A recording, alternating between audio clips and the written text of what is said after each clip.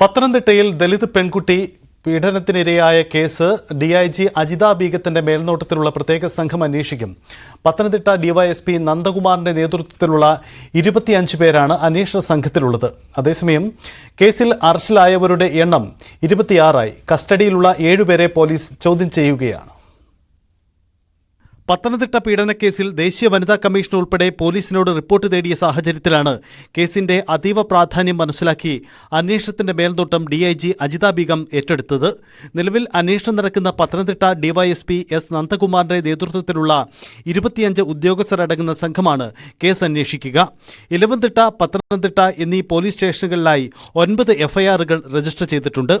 അറസ്റ്റിലായവരിൽ പ്രായപൂർത്തിയാവാത്ത 3 പേരും ഉൾപ്പെടുന്നു. പെൺകുട്ടിയുടെ നഗ്നദൃശ്യം ഉപയോഗിച്ച് കൂടുതൽ പേർ പെൺകുട്ടിയെ സമ്മർദ്ദത്തിലാക്കി പീഡിപ്പിച്ചുവെന്നാണ് പോലീസിന്റെ കണ്ടെത്തൽ. സ്മാർട്ട് ഫോൺ ഉപയോഗമറിയാത്ത അച്ഛന്റെ മൊബൈൽ ഫോൺ വഴിയായിരുന്നു പെൺകുട്ടിയും പ്രതികളുമായുള്ള ആശയവിനിമയം. പെൺകുട്ടിയുടെ ഫോൺ നമ്പരും പ്രതികൾ പ്രചരിപ്പിച്ചു. പത്തനംതിട്ട സ്വകാര്യ ബസ് സ്റ്റാൻഡിന് സമീപത്ത് വെച്ചും ചുട്ടിപ്പാറയിൽ വെച്ചും പെൺകുട്ടിയെ പ്രതികൾ പീഡിപ്പിച്ചതായി കണ്ടെത്തി. പെൺകുട്ടിയുടെ മൊഴിയുടെ അടിസ്ഥാനത്തിൽ അന്വേഷണം ജില്ലയുടെ പുറത്തേക്കും വ്യാപിപ്പിച്ചു. വരും ദിവസങ്ങളിൽ കൂടുതൽ പേരുടെ അറസ്റ്റുണ്ടാവാനാണ് സാധ്യത.